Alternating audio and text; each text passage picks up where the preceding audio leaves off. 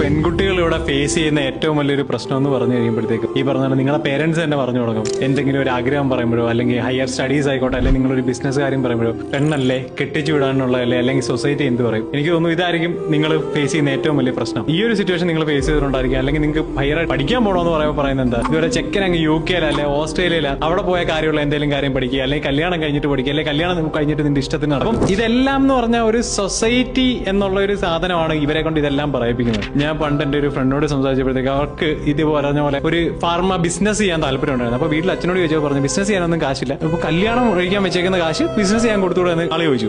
അപ്പൊ അപ്പോഴും പറഞ്ഞെന്ന് പറഞ്ഞാൽ ബിസിനസ് ചെയ്യാൻ നിന്നെ കൊണ്ട് പറ്റത്തില്ല, ആൾക്കാർ എന്ത് പറയും, നിനക്ക് അതിനുള്ള ബുദ്ധിയൊന്നുമില്ല. കാരണം എനിക്ക് സൊസൈറ്റിയെ ബോധിപ്പിക്കണമല്ലോ, അല്ലെങ്കിൽ നല്ലതായിട്ട് കല്യാണം നടത്തണം, അല്ലെങ്കിൽ കടം മേടിച്ചാണെങ്കിൽ ഈ പൈസ മുടക്കി നിന്റെ കല്യാണം നടത്തി എനിക്ക് സൊസൈറ്റിയെ ബോധിപ്പിക്കണം, ഞാൻ നന്നായിട്ട് എന്റെ മോളെ കെട്ടിച്ചു വിട്ടു. അതാണ് ഈ പേരൻസിന്റെ ഒരു കൺസേൺ. അല്ലാതെ മോളുടെ ഡ്രീം എന്താണെന്നുള്ളതായിരിക്കില്ല. ഈ പറഞ്ഞ എല്ലാ ഓപ്പർച്യൂണിറ്റീസും നിങ്ങൾ യൂസ് ചെയ്യുക എന്ന് തന്നെയാണ് ചെയ്യേണ്ടത്. കാരണം നിങ്ങൾ വർക്ക് ചെയ്തിട്ടുണ്ടെങ്കിൽ, നിങ്ങൾ ഹാർഡ് വർക്ക് ചെയ്തിട്ടുണ്ടെങ്കിൽ നിങ്ങൾക്ക് ഈസി ആയിട്ട് പറ്റും. അത് ട്രേഡിംഗ് ആയിക്കോട്ടെ, കോണ്ടന്റ് ക്രിയേഷൻ ആയിക്കോട്ടെ, ബിസിനസ് ആയിക്കോട്ടെ, അല്ലെങ്കിൽ എന്തും ആയിക്കോട്ടെ, നിങ്ങൾക്ക് പറ്റാത്തതായിട്ട് ഒന്നുമില്ല. അപ്പം ധൈര്യമായിട്ട് ചെയ്യുക. Believe in your instincts.